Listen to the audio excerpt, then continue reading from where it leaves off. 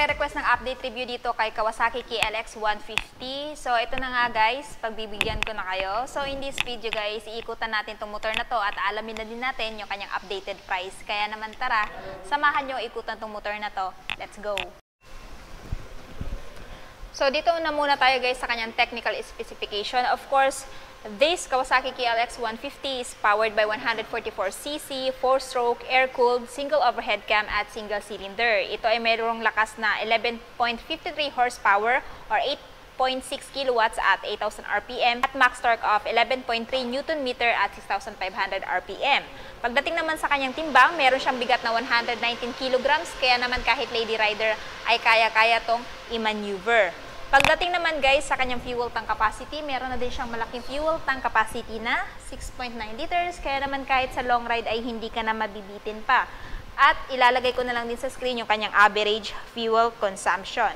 So dito na muna tayo guys sa kanyang overall looks. So meron siyang color combination guys na sky blue. Tapos yung kanyang telescopic fork is naka-inverted na, which is color gold. And pagdating dito, orange na decals, black at saka white. Dito sa banda kanyang KLX na pangalan. At syempre yung displacement niya guys na 150. Pagdating naman dito, meron siyang X na logo. Ayan, so nagdadagdag forma dito sa pang off-road na motor ni Kawasaki. And pagdating sa tail, meron din siyang mga decals. Ayan. So, dito tayo sa headlight. Actually guys, this one is modern na kasi nga yung headlight niya is naka-LED na.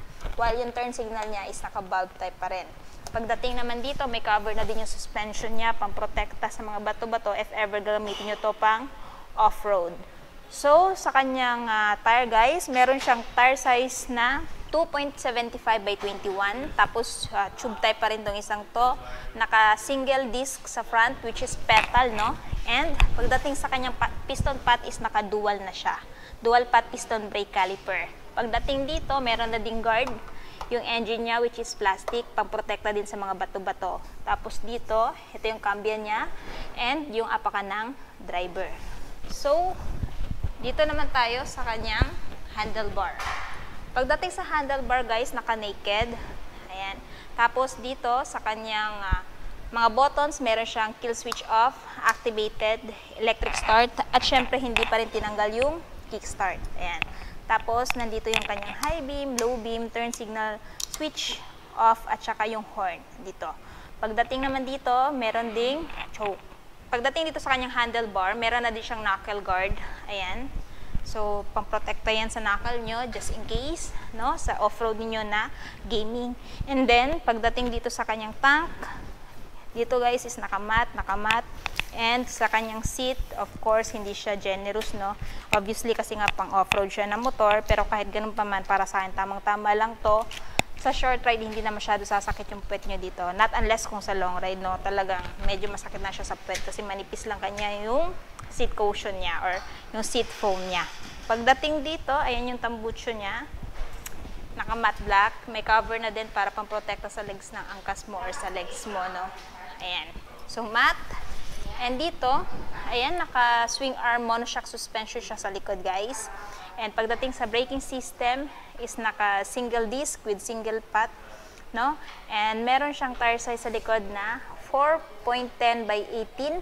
Ayan, nakayantas pa rin or naka-spoke. Tube type pa rin tong isang to. At yung nagustuhan ko dito, guys, no, is napakagaan lang niya. So, kahit lady rider ka at gusto mo ng pang off-road na motor na pang beginner, I think this one is good for you. Pagdating dito, sa engine niya, ayan, naka-engrave yung kanyang Kawasaki na brand. And syempre, hindi pa rin tinanggal tong kickstart. So, gamit na gamit to guys pag naubusan ka ng baterya. Ayan, meron pa kayo yung last chance na mapaandar tong motor na to kasi meron pa siyang kickstart. And pagdating dito, may cover na din yung engine niya para hindi pumapaso yung angkas mo or ikaw just in case sasampa dito sa motor na to. Ayan. So, dito tayo sa tail. Dito sa tail, naka-bulb type, turn signal, naka-bulb type pa rin. May ilaw na din ang plaka dito guys para mas visible yung plate nyo pagkagabi. Tapos naka-reflector na din dito. Ayan. Tapos, kabilang gilid tayo. Ayan. And, pansin ko lang din guys, no, meron din pala siyang decals dito. Ayan, Kawasaki. Same lang dun sa color ng kanyang front fender at saka same lang din ang color nung dito banda sa side tank niya. Ayan, pati doon sa tail, no? So, para sa akin, goods na goods yan. Kakaibang kulay, mas nagpapamodern sa kanyang looks this 2023. At sa mga nagtatanong, ang suspension niya sa likod, guys, is adjustable. Ayan o. Ayan. Tapos, meron na din siyang chain cover, plastic. Yan, pamprotekta sa chain, yung side stand niya. So, pagdating naman sa seat height, guys, ayan, ilalagay ko na lang din sa screen, maging yung kanyang ground clearance. So, sa height ko na 5'5", guys, abot na abot ko to. Pero kung may height kayo ng mga 5 flat, ayan, medyo mahirapan kayong itungkad to, guys, kasi nga medyo mataas yung kanyang seat height, maging yung kanyang ground clearance.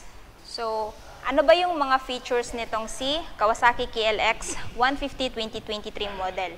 Meron siyang features kagaya ng class first LED headlamp. So, ito yung nabanggit ko kanina, guys. Tapos, new digital console panel, yung kanyang dashboard, guys, which is fully digital instrument panel na. Kaso nga lang, hindi natin makita yung mga information dito. Kasi saka lang nila to ina-activate pag na-purchase na. Tapos, meron din pala siyang isang button dito na mapipindot para ma-change nyo po yung information meron dito. And, of course, siya po ay naka-traditional key pa rin or mechanical key. Ayan, balik na natin to. Next, meron po siyang slim and lightweight bodies. And meron din po siyang KLX 150 model exclusives, no? Kagaya nung itong kanyang knuckle guard. Ayan, isa din yan sa accessories na bago dito kay KLX 150 2023 model. Yung guard sa engine, pang protekta sa engine sa mga bato-bato. And of course, itong parang cover dito sa frame niya, which is plastic. Ayan. So, yun po yung mga other features nitong si KLX 150. So, ngayon naman, alamin natin, guys, yung kanyang updated price. So, kung interested kayo dito sa pang-off-road na motor na to, ito, guys, ay merong updated price, no? Na, ayan, 134,900 kung cash. Tapos, kung gusto nyo po ng hulugan, yung down payment niya po is 15,000 at saka yung magiging monthly niya po sa 3 years is 6,040 pesos. At syempre, meron din po silang 6, 12, 18, 24, 30 at 36 months na bracket na mapagpipilian nyo just in case, no? Kung ano po yung favor na monthly na para sa inyo. So, this one, guys, is available lamang dito sa Kawasaki Crib Tagum. Ilalagay ko na lang po yung full address, maging yung phone number nila sa description box para po makapag-inquire kayo regarding sa, ayan, sa motor na to. So yun na nga, guys, tapos na nga natin ikutan si Kawasaki KLX 2023 model. Ano yung masasabi niyo sa motor na to? Sulit pa ba siya this year 2023? At ano yung katangian niya kung bakit siya i-consider niyong bilhin ngayong taon? I want to know your thoughts below. And syempre, kung bago pa lang kayo sa channel ko at hindi pa nakapag-subscribe, huwag kalimutan mag-subscribe para ma-notify kayo once may bago tayong upload. So yun, guys, hanggang dito na muna tayo. Ride safe and peace out!